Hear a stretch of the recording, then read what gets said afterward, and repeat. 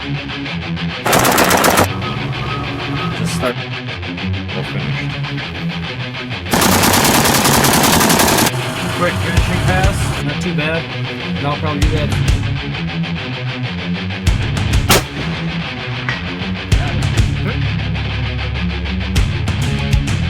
Jeffrey Epstein didn't kill himself. He's safe and have fun on the range.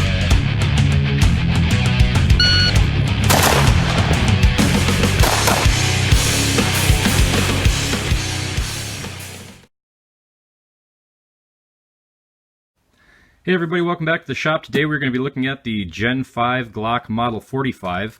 And the 45 is an MOS that I have today, so it does come with MOS plates that you can put your RMR or holographic sight or red dot, whatever you want to call it, on your slide. I've already removed the chamber flag, and I've installed the grip panel that's comfortable for me. It does come with different sizes, small, medium, large, and ones with beaver tails. The Glock Model 45 is obviously 9x19. The magazine, get that in focus, 17 rounds, and you do get 3 of them. This is empty. The interesting part about the Glock 45 MOS, aside from the MOS cut for your red dot, it does have front sliding serration, so if you want to do a press check, however you like doing press checks, you can do that a lot easier on the front. Not that the Glocks that don't have front serrations are hard to press check. I mean, they do have kind of generous slide areas that you can just grab. The other interesting thing about the MOS is that it has an actual longer sight radius than your stock Glock 19s. So here's a Glock 19, and here's the MOS 45. We'll put the rear sights together. And it's a little hard to see, but there you go. Maybe if we put the front together. You'll notice that it has just a little bit longer sight radius. If you're a guy that kind of is interested in stuff like that, this one does have a longer sight radius. It does have the RTF, or rough texture frame grip, which I like a lot. I do have the medium beaver tail extension grip on there. It does have a extended mag release versus the Gen 1 and 2 and 3 Glocks. So these are pretty nice, or at least I like them. I have not shot this one yet, but I do kind of like Glocks. I've run Glocks for 20 plus years, and I've never had one that left me high and dry or broken or had a catastrophic failure. A few specs on this pistol. The overall length of the pistol is 7.44 inches. The slide length is 6.85 inches. The overall width is 1.34 inches, and what they're counting there is the ambidextrous slide stop and release on each side. The actual slide width is 1 inch even.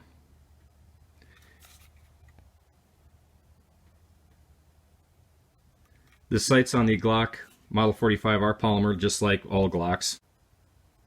Barrel width on this is 4.02 inches. So let's take a look inside this really quick. Safety check again. Pull the trigger. Pull down on this little lever here, and you can separate the slide. Fortunately, I have to do that off the camera. They do have the variable rate recoil spring with 2 different springs in there. I don't know how I feel about it. I kind of like the old flat wire spring, but they say these are better, so we're just going to have to take them for their word.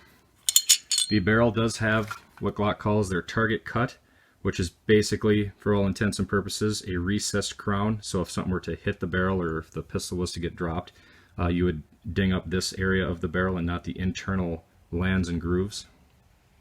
It does have the polygonal rifling, or polygonal, however you want to say it, tomato tomato.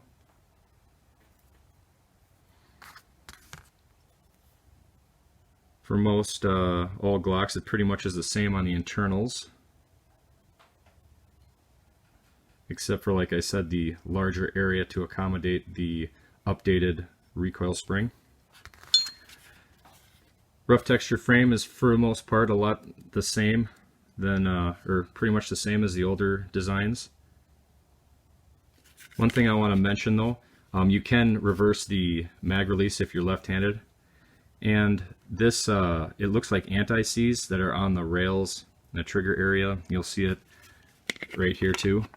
Don't clean your Glocks when you get them. Just run them 300, 400, 500 rounds, and then you can give them a cleaning. The reason they use this is there's a very light metal inside all this, and it'll help lap everything in with the rails and the slide, so everything has a nice matched face. So there is a reason that they use that stuff that looks like anti-seize on their pistols.